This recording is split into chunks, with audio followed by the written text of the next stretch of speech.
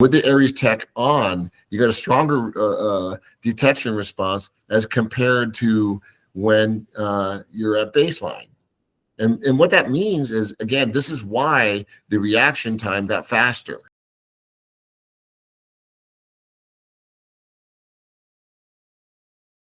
So the EEG is the electroencephalogram. This is where we record tiny electrical signals that are coming out of the brain.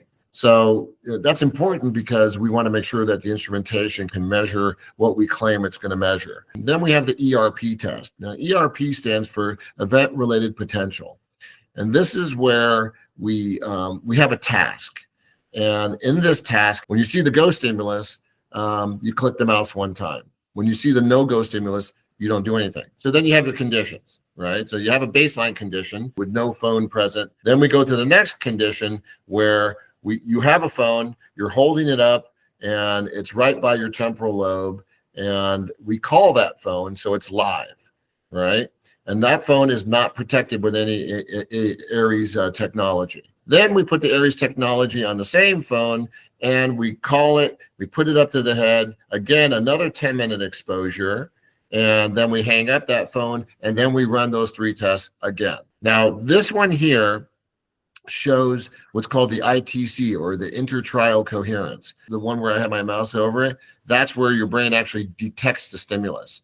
This one after it is where your brain says, that's a go, click it. We want to see this red swath here. And what that means is that the brain responded consistently throughout the trials. When you look at the no Aries, you see diffusion in the no Aries, which means inconsistent response. The brain's getting pelted with square waves.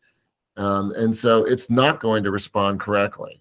So what it means is that there's not as many consistent responses, and it means that the brain was responding inconsistently. So it's being disruptive, that it can't respond the same way every time.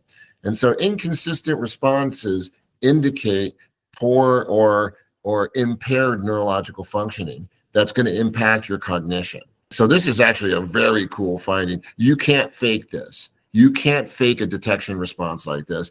And what you see here is that the Aries tech was very, very similar to the baseline and a bit stronger in the actual detection. With the Aries tech on, you got a stronger detection response as compared to when you're at baseline.